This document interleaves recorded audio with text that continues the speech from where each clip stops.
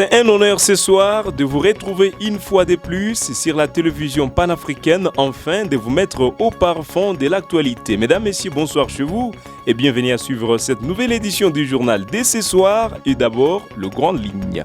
À la Haïne, à Bunia, sous état de siège, les gouverneurs militaires de la province de l'Ituri, le lieutenant général Luboyanka Chamadjoni, a célébré le 1er mai 2026 au plus près de la population entre proximité et message de stabilité. Toujours à la Haïne, en République démocratique du Congo, le gouvernement durcit la réglementation du commerce intérieur, réservant désormais les petits commerces aux nationaux tout en encadrant l'accès des investisseurs étrangers. Toujours en RDC, les finalistes du secondaire ont débuté les épreuves hors session de l'examen d'État en 2026 entre stress, confiance et espoir de réussite. Mesdames et messieurs, voilà tout pour le sommaire. Le détail c'est dans un instant. Mais avant, veuillez vous abonner. À toutes et à tous, bienvenue.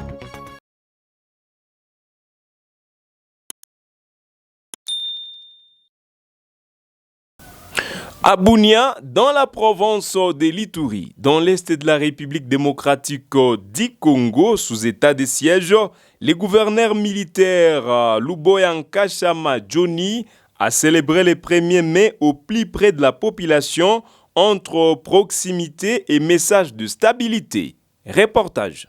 C'est dans les riz et principaux acteurs de Bunia, chef-lieu de la province de l'Ituri, que le gouverneur militaire, le lieutenant général Luboyanka Chamadjoni, a célébré la fête du travail avec sa population. Une célébration sobre mais hautement symbolique, marquée par une descente sur terrain et une activité sportive, illustrant à la fois l'engagement physique et la proximité avec les habitants. À la pont centrale des Bunia, au point de passage de cette activité, le commandant des opérations militaires a été accueilli avec les honneurs militaires dignes de son rang. Et le commandant opération, mon général, ma garde, la prison, ma terani, pour le commissar, pour le canaillot, mon candidat capitaine, et Koutou, mon cédé, poste.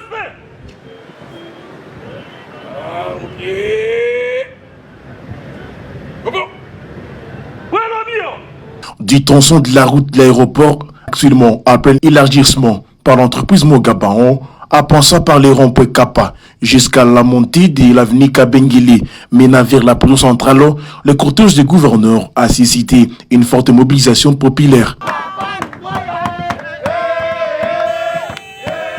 Des cris de joie, des chants et gestes d'encouragement, autant de manifestations spontanées qui traduisent pour une partie de la population un sentiment de satisfaction face aux efforts fournis par l'autorité provinciale.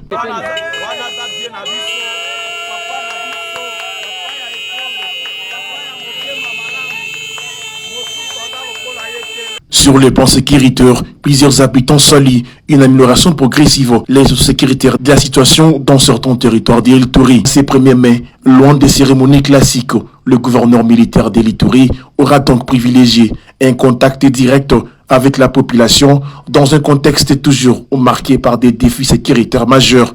Une manière de rappeler que sous l'état des sièges, travail et rime aussi avec l'engagement sur les terrains. Ainsi, c'est célébrer la fête du travail à Bunia entre symboles militaires, proximité avec la population et enjeux déstabilisés. Toujours dans la même province de l'Ituri, plusieurs civils ont été enlevés par le rebelle EDF à Mambasa dans un contexte de recrudescence des attaques contre les populations. Plusieurs civils, dont le nombre exact reste inconnu, ont été pris en otage vendredi 1er mai à Lissoma, localité de la chefferie de Basila, Bakwanza, en territoire de Mambasa, dans la province de l'Ituri. L'attaque est attribuée aux rebelles des forces démocratiques alliées du EDF. L'information a été confirmée par Ramsi Malikidogo, membre de l'association pour la promotion des droits des enfants et femmes vulnérables à Mambasa, qui évoque une situation préoccupante pour les populations locales. Selon cette source, les assaillants ont également circulé dans plusieurs zones agricoles, notamment à Kanana, l'État Crédit, Mikingi et Mapendo, où ils auraient pillé des produits champêtres. Ces incursions aggravent la précarité des habitants déjà affectés par l'insécurité persistante dans la région. Ces djihadistes sillonnent librement les champs et emportent les récoltes des cultivateurs, a-t-il déploré.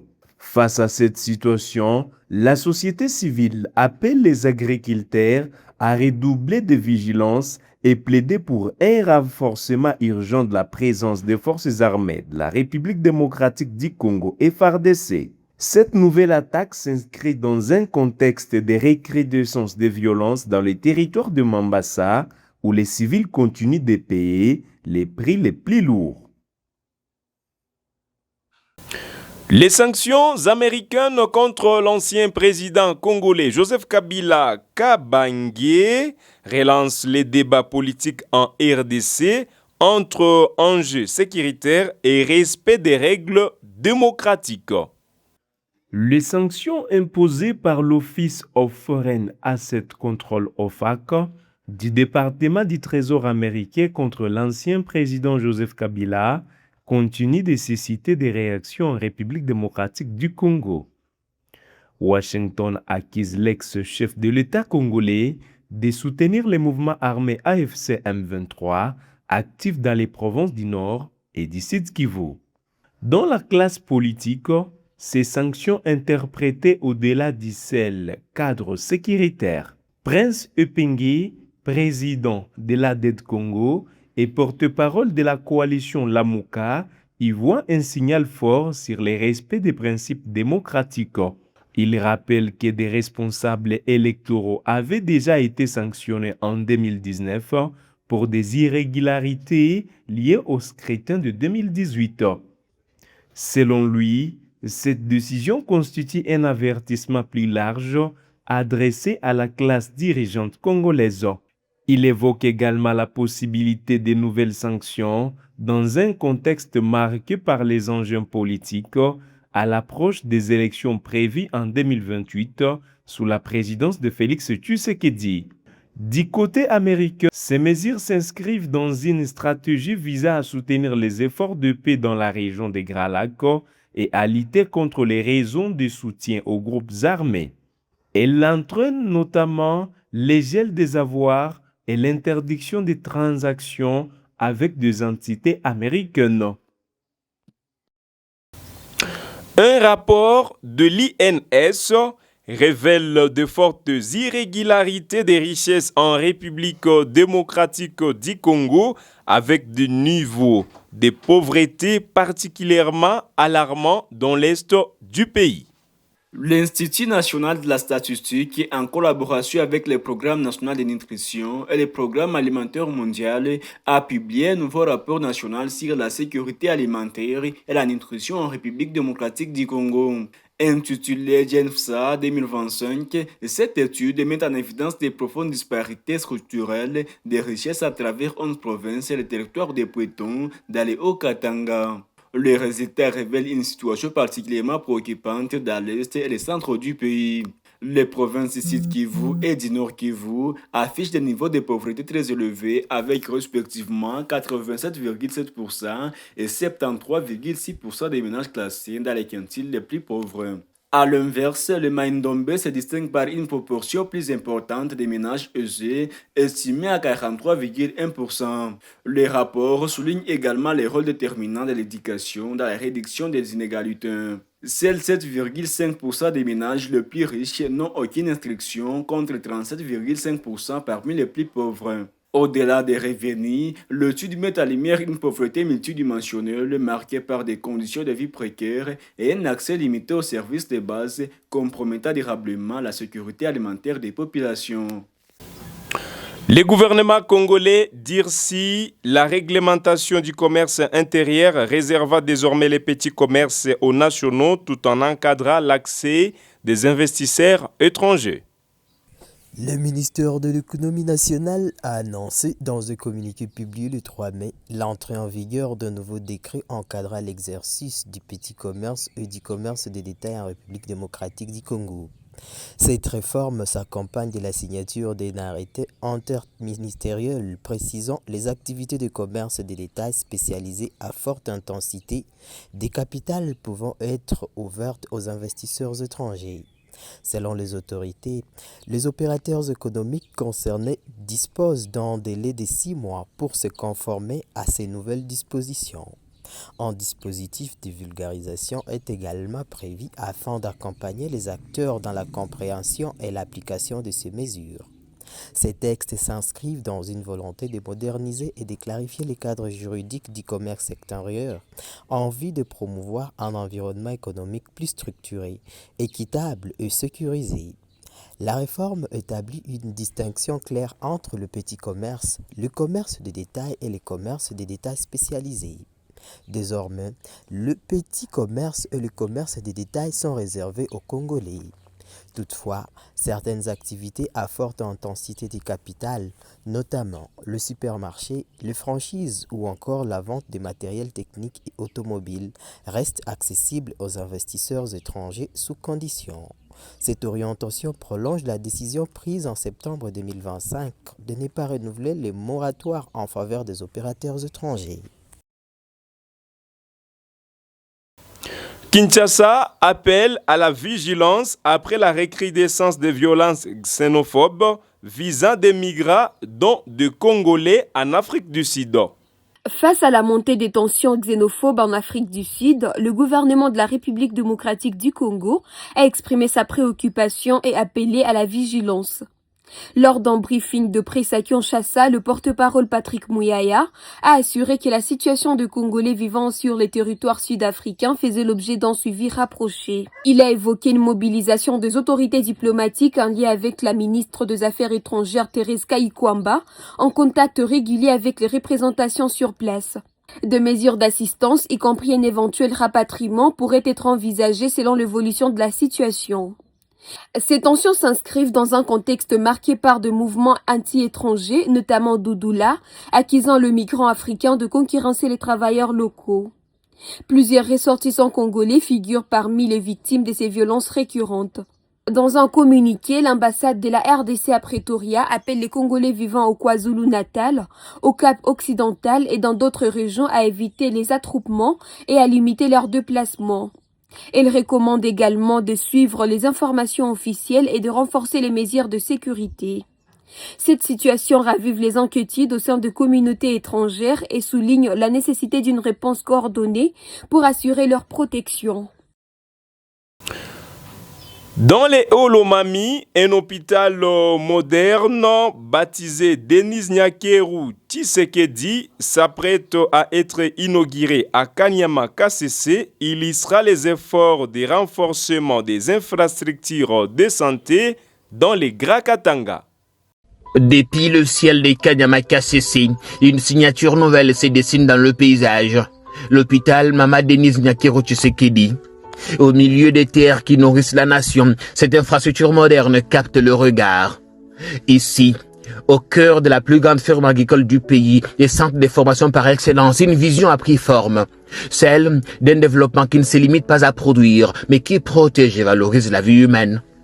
Connu de tous, Kanyama KCC s'incarne déjà la discipline, la transformation et la performance. Et sur instruction du commandant suprême Félix Antoine Tshisekedi Tshilombo, l'arrivée de cet hôpital vient renforcer cette dynamique avec une dimension essentielle, la santé, une alliance stratégique entre production, formation et bien-être. À mesure que la caméra se rapproche, l'infrastructure révèle sa logique, un espace conçu pour répondre efficacement aux réalités du terrain. Avec une capacité d'accueil de 85 lits, dont 3 chambres VIP, l'hôpital Mama DNT de Kanyama KCC s'impose déjà comme l'un des plus grands hôpitaux du Grand Katanga et sans détour, le mieux équipé de la province du Haut-Lomami.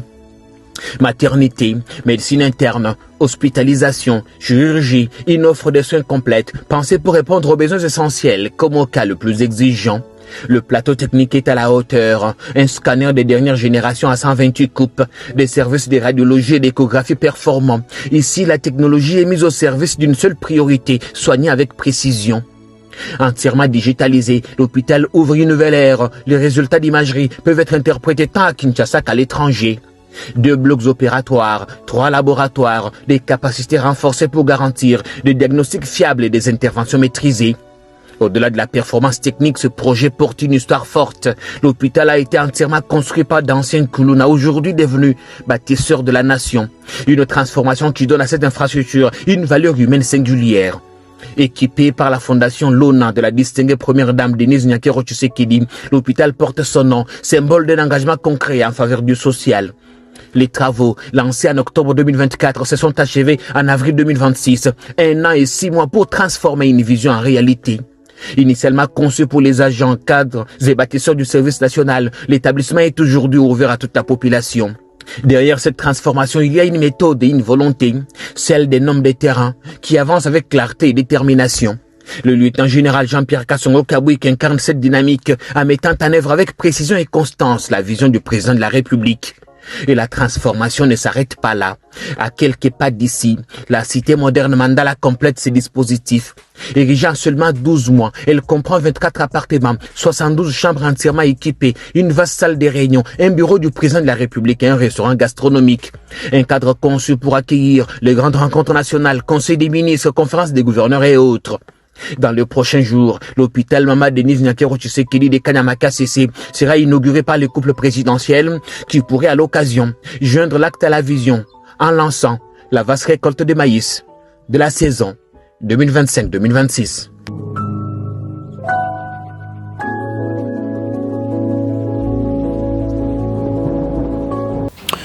Dans la province du Haut-Katanga, la coordination provinciale d'ensemble a tenu une matinée politique marquée par la mobilisation de ses cadres autour de la nouvelle équipe nommée par l'opposant Moïse Katumbi Tchapoué, un message ferme contre toute révision constitutionnelle.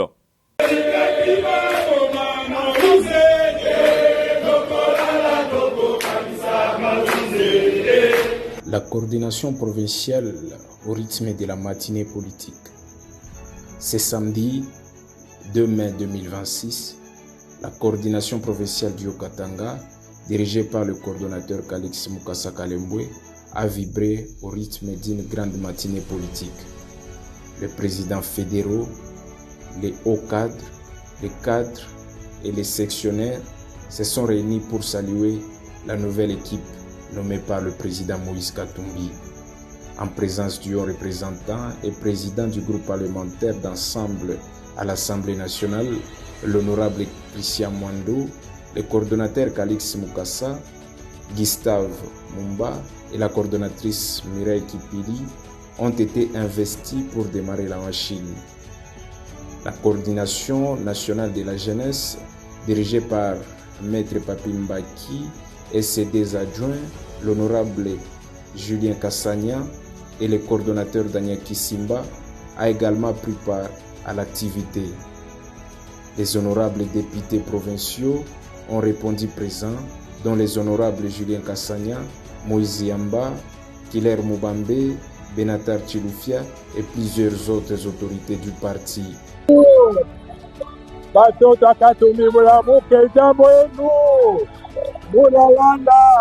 Donc nos frères, nos sœurs, Bakoye, Bandukuye, Barafiye, bote banapasha kuona mayo ya ensemble. Jambo enu.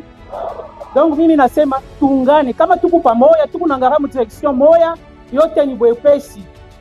La coordination nationale de la jeunesse a pris aussi la parole pour remercier le président Moïse Katumbi et encourager les membres. Il faut musimame défendre parti et tout, défendre le président Moïse Katumbi. Ninaanza kupitia aksanti mbele président national pour confiance anaplace mushie jeunesse, il est pour opposition républicaine na opposition lekonekala mu province ya Moïse Katumbi.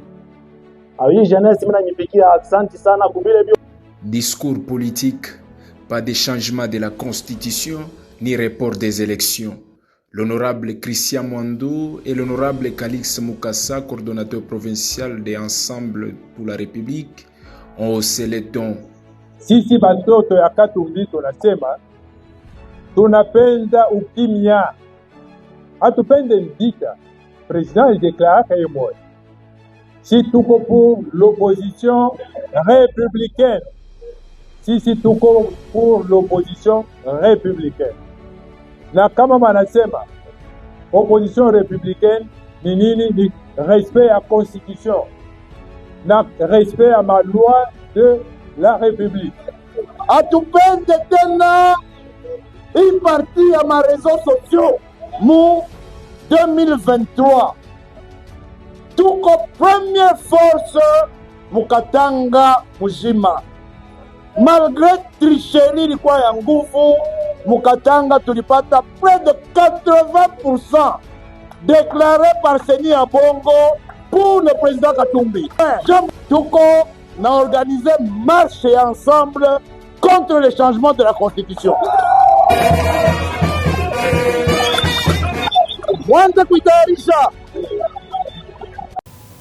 En République démocratique du Congo, les élèves finalistes du secondaire ont débité les épreuves hors session de l'examen d'État édition 2026 entre stress, confiance et espoir de réussite. Les élèves des sujets manés secondaires à travers la République démocratique du Congo ont entamé ce lundi 4 mai les épreuves hors session de l'examen du temps 2026. Au programme, dissertation, épreuves techniques, orales de français et pratiques professionnelles avant la session ordinaire prévue en juin. Dans les établissements, l'ambiance oscille entre stress, espoir et confiance. Certains finalistes affichent une sérénité assumée, convaincus de leur vision et de leur capacité. D'autres, en revanche, reconnaissent une certaine pression face à l'ampleur des épreuves, notamment en mathématiques et dans les matières techniques. Les enseignants, eux, se disent satisfaits du niveau de préparation globale. Ils insistent sur la méthode, la concentration, la gestion du temps comme clé de réussite. Croyant à vos capacités et travaillez avec sérieux, recommandent les encadreurs aux candidats, appelant au calme et à la discipline durant cette période décisive. Le calendrier officiel prévoit la dissertation le 4 mai, les épreuves techniques le 5 mai, les oraux de français du 6 au 9 mai et les pratiques professionnelles du 11 au 18 mai. La session ordinaire interviendra du 22 au 25 juin 2026.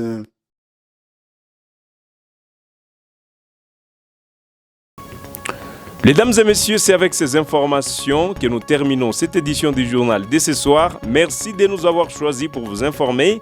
N'oubliez pas de vous abonner et passer une bonne soirée.